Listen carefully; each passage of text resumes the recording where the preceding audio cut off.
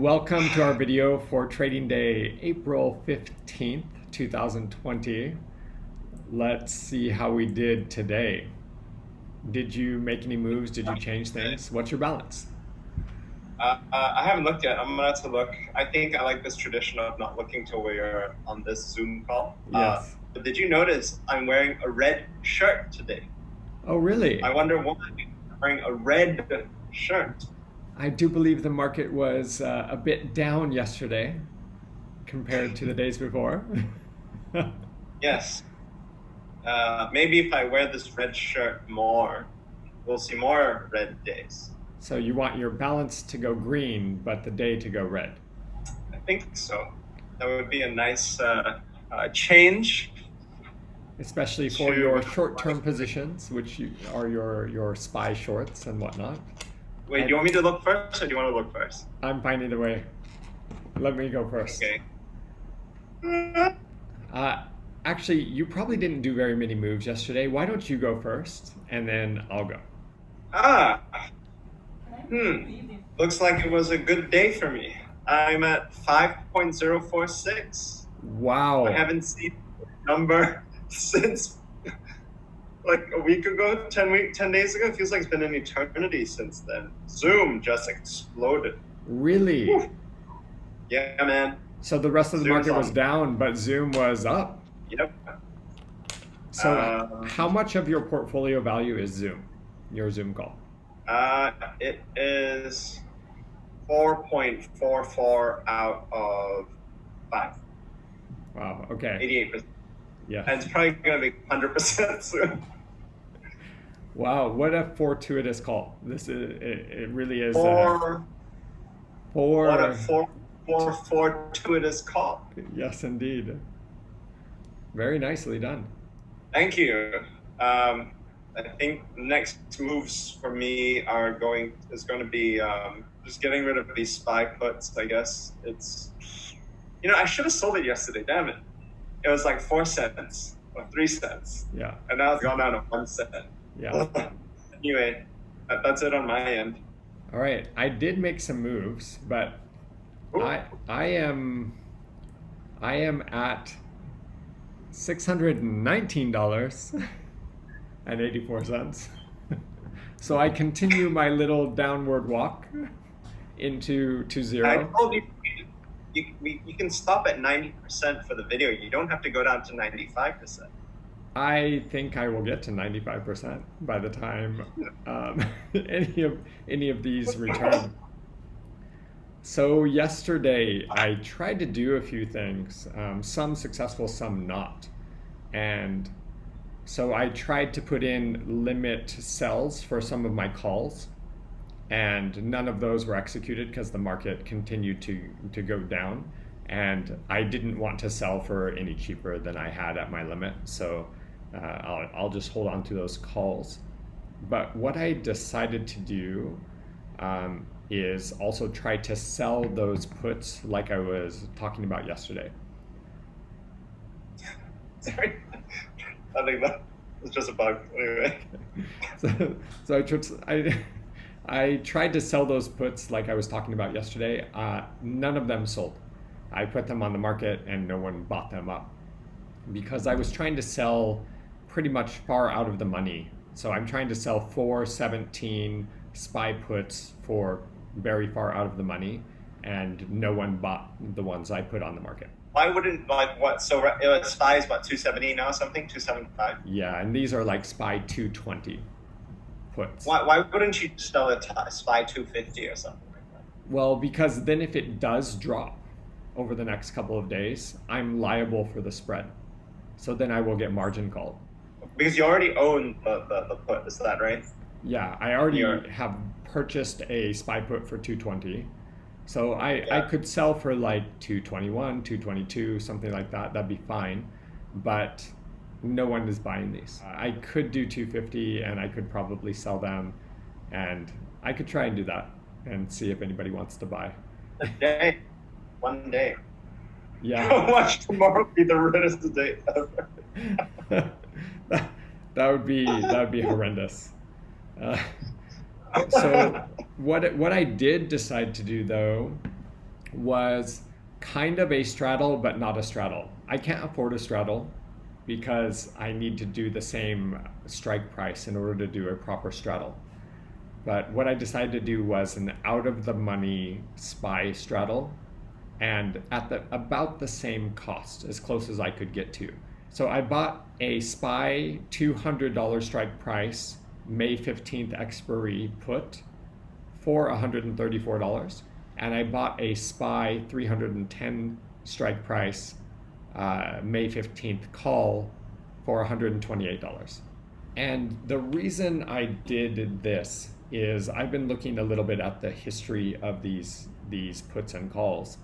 And many of them, when the price of SPY moves by like $5, these jump up in value by 100%. And I want to see if I can get one of these over 100% of the purchase price in over the next week or so. Because what I do believe is there's going to be quite a bit of volatility in the near future in SPY, for instance. And if I can get either of these to be over 100% return, then I'll be pretty good. What I saw in the market yesterday when I was looking at these calls and puts was the 2 to 3% change in the SPY entire value caused a 80% increase in the SPY puts that were on the market.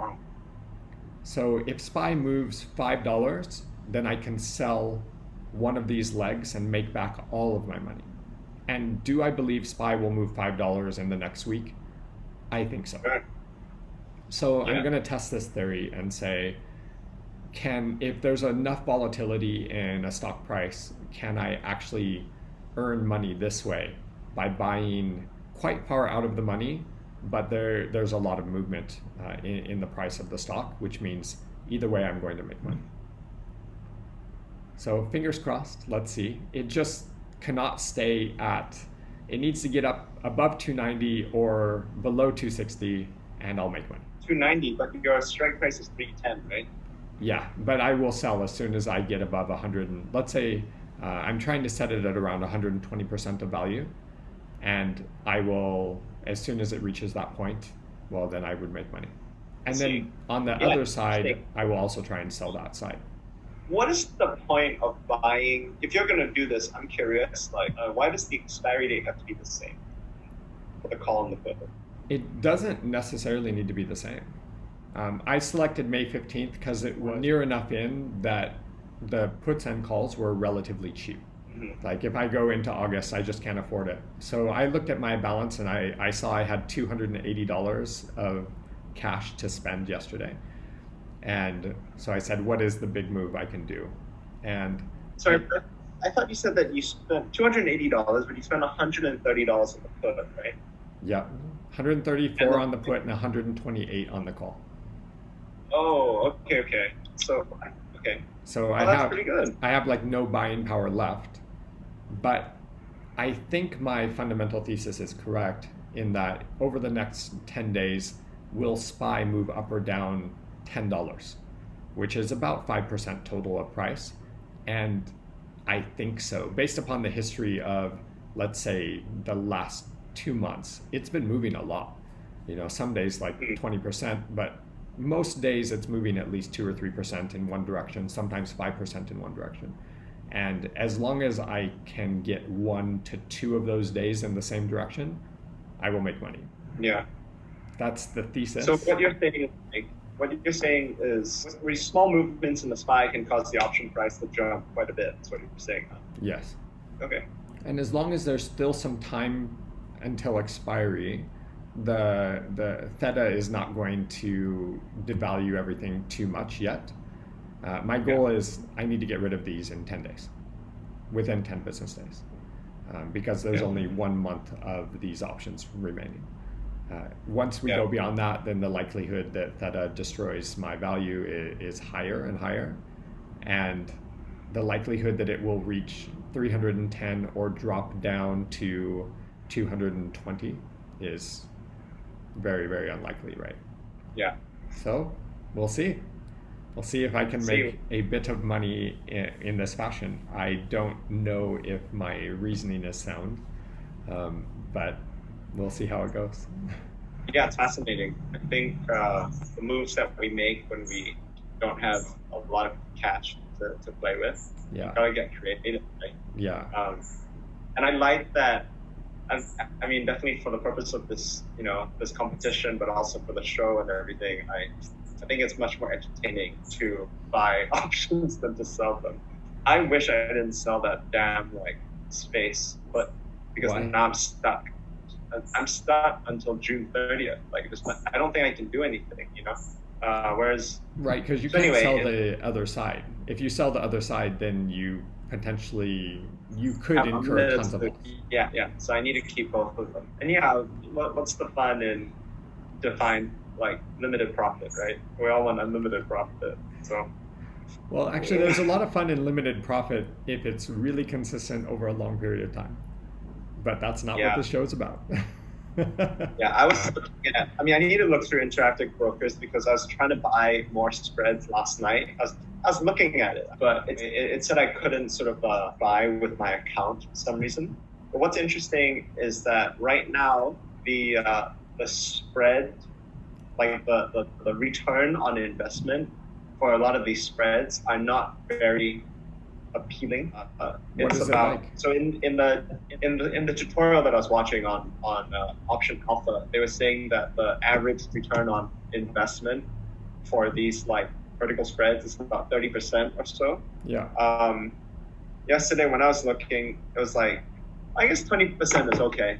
Yeah, the you basically get 20% back with each of these things, with each of these spreads. So I may still look at it again, try to get my account set up for that. But you also carry the risk, right? Like the risk is you could lose it on the other side. No. You have a sort of a defined your maximum loss is always just the spread minus the credit that you receive. Right. Yeah. But in this case, you're saying you have a 20% return, but only when you're successful. Only if you're successful. It would be the net credit divided by the total amount that you could lose. Right, right. Makes sense. Yeah. Am I right? Yeah, I think so. Yeah, I believe you. Yeah. But the market was a little interesting yesterday. I was actually expecting it to go green, kind of hoping that it did. And it did not. Do you think it portends anything? I mean, it wasn't a crash. It really wasn't just a small little correction for all the updates. What do you think? Okay. Well, I'm still. By the way, like Zoom tends to do better when the market is red, so I'm still definitely bearish. Fortunately, most recently, Zoom has actually gone green, whether the market is red or green. Yeah. But in general, when the market is red, Zoom becomes more of, more and more people want to buy Zoom. So I'm still bearish in outlook. I still want the market to like dip more so that I can, actually, I don't even know. I was very bearish, but then now that I have this damn like vertical spread, I don't actually gain that much when it goes down. So I Interesting. don't know. I'm kind of confused right now. I'm sort of just sitting on these Zoom calls. I don't really know what I'm doing. Well, they seem to be performing well, so not a bad thing. Yeah. But if I can, if there are a couple more green days, I want to buy more puts. I think that I just get the feeling that the reality is going to sink in. I think there's fatigue from all the excitement, the hype. I think we're going to see some down days soon. So that's my thought. So I'm going to look at. I think I have about maybe just under $200 worth of like cash to buy. So I'll try to buy some puts. Okay. I am excited to see what you do. For me, I can't do Yeah. anything. My hands are tied for a while because I have $16 left of buying power. Maybe I can buy something ridiculous, but until the market moves a bit and I can sell some of my puts or calls, then I can't do anything. What do you think about TripAdvisor? I feel like TripAdvisor is screwed. Yeah, I mean, any travel related thing is pretty screwed. I mean, you can Yeah. do some strategic things right now and kind of get prepared for when tourists return, but for the moment, you are not able to do anything. Like, no one is really using your site. People are starting to drop off as users. It's going to be tough to claw that back. Well, the reason why I'm excited about maybe short buying puts on TripAdvisor is that well, it jumped 6% yesterday. That's one. But also, I do you use Google Travel now, or do you use TripAdvisor? Almost I feel exclusively like Google. I think Google has destroyed TripAdvisor, or is destroying TripAdvisor too. Yeah, for the recommendations of restaurants, like certain things Yeah, to do, even some of the like tourist things that you want to do are being slowly eroded from them. Yeah, I agree with you. yeah. So not just coronavirus, like its business is under threat. Even if like travel's doing fine, like Google's eating its lunch. Yeah, So I feel and like Trip. and with the virus, it's got to be even more intense. Like they must be Yeah. having an incredibly tough time right now.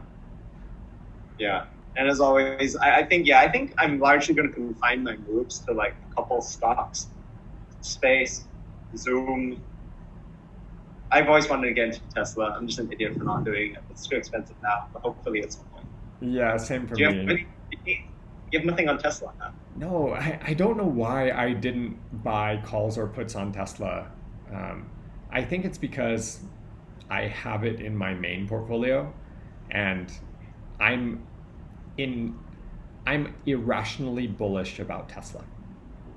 Uh-huh. And what I mean there Then is you should like buy all.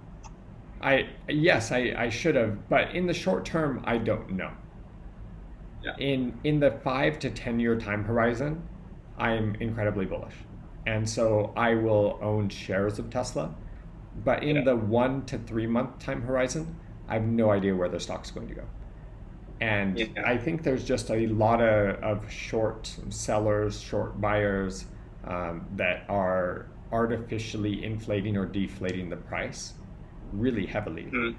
I mean, you have some Mm-hmm. players that have like hundreds of millions in shorts or calls on Tesla, and they have so much motivation to kind of make the stock do what they want it to do that I think a lot of them will go and by any means necessary get it to move in the direction they want.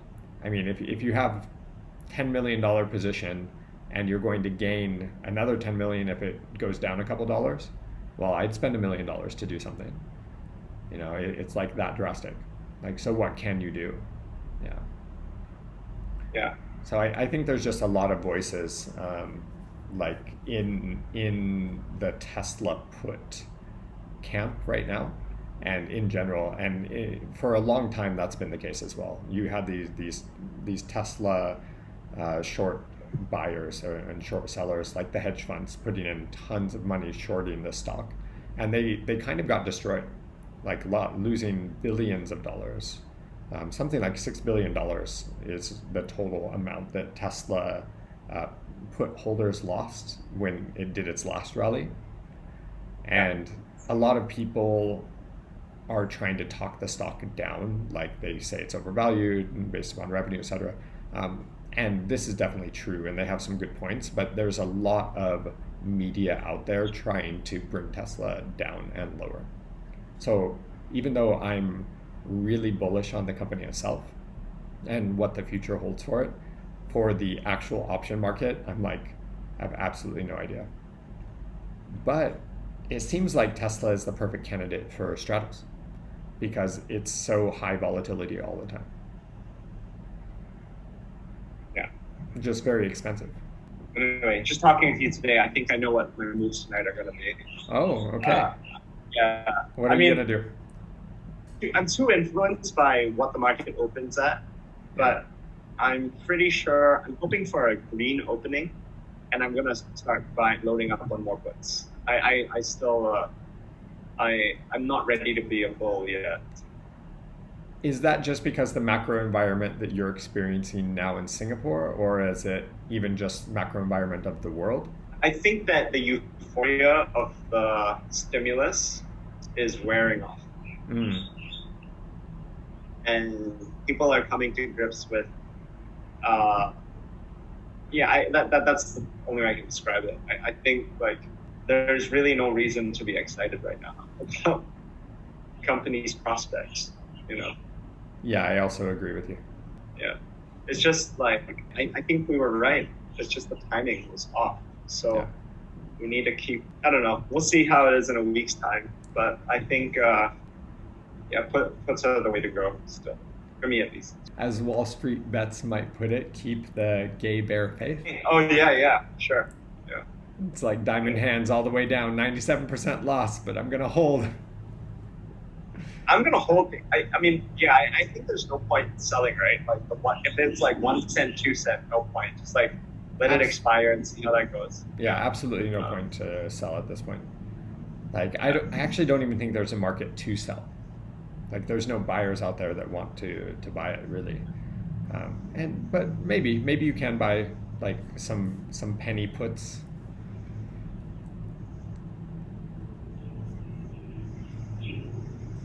Okay. Okay. Let's see what moves we do tomorrow. Yeah, and I have so much admiration for you. You know, like being down 600, not easy.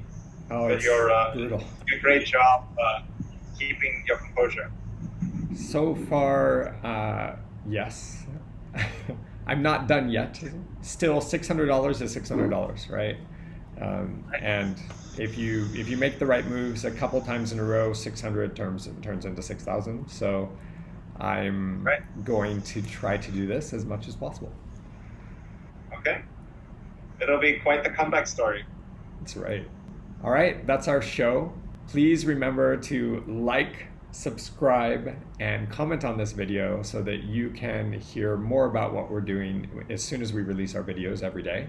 Thank you for watching.